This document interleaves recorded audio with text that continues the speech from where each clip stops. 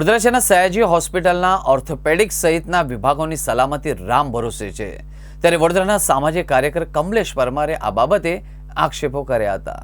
જે SSG hospital જે કહેવાય છે કે મધ્ય ગુજરાતની સૌથી મોટી હોસ્પિટલ છે। હોસ્પિટલમાં અવારનવાર આગના બનાવો બનતા હોય છે। આકસ્મિક રીતે આગ લાગતી હોય છે ત્યારે તંત્ર સફાળું જાગતું હોય છે। એટલે કહેવાનો મતલબ કે જ્યારે આગના બનાવો બનતા હોય તો પહેલે તો સેફટીના સાધનો સામગ્રી કઈ મોટર ચાલુ છે નથી ચાલુ આની તમામ રીતની સવલતો સુવિધાઓ પૂરી પાડવી જોઈએ, સૂચનાઓ આપવી જોઈએ। પરંતુ ક્યાંક ને ક્યાંક લાગી રહ્યું છે કે એસએસજી હોસ્પિટલનું તંત્ર હાલમાં પણ ઘોર નિંદ્રામાં છે। અમે જાત તપાસ કરતા જોવા મળ્યું કે સર્જિકલ વિભાગની ઉપર ઓટી વિભાગ છે, ઓટી વિભાગની અંદર કેટલીક જગ્યા ઉપર જે પાણીની નળીકા જે ફાયરની નળીકા પહોંચવી જોઈએ પાણીની નળીકા નથી। સાથે સાથે ઘણી જગ્યા ઉપર જોયું છે કે ફાયરના જે સાધન સામગ્રી તો મૂકવામાં આવે છે પરંતુ એની મેં પાઇપ નથી। એટલે કહેવાનો મતલબ કે જ્યારે ઘોડા છૂટી જાય છે ત્યારબાદ તબેલાને તાળા મારવા જતા હોય એવા ઘાટ સર્જાતા હોય છે, ત્યારે મધ્ય ગુજરાતની આટલી મોટી હોસ્પિટલ હોય અને તમામ રીતની ગુજરાત સરકાર દ્વારા પણ સૂચના આપવામાં આવી છે, ગુજરાત સરકાર દ્વારા પણ જે કહેવાય છે કે ચિંતિત દાખવવામાં આવે છે, પરંતુ ક્યાંક ને ક્યાંક લાગી રહ્યું છે કે ફાયર અધિકારીઓ ઘોર નિંદ્રામાં હોય તેમ લાગી રહ્યું છે। અને અવારનવાર એસએસજી હોસ્પિટલને